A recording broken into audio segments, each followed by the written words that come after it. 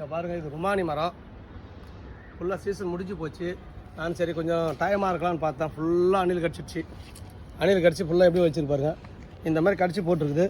கீழவும் ஃபுல்லாக கீழே கிடக்குது பாருங்கள். மரத்தில்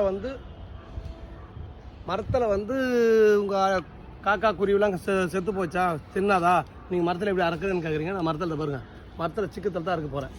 சிக்கத்தில் பழம், இது பழம் பாருங்கள், இது பழம்.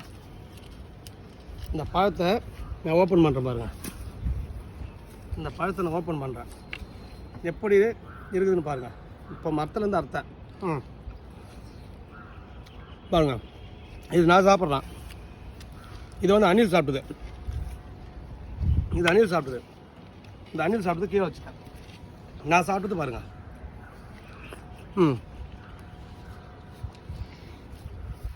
மரத்தில் பாருங்கள் காயா.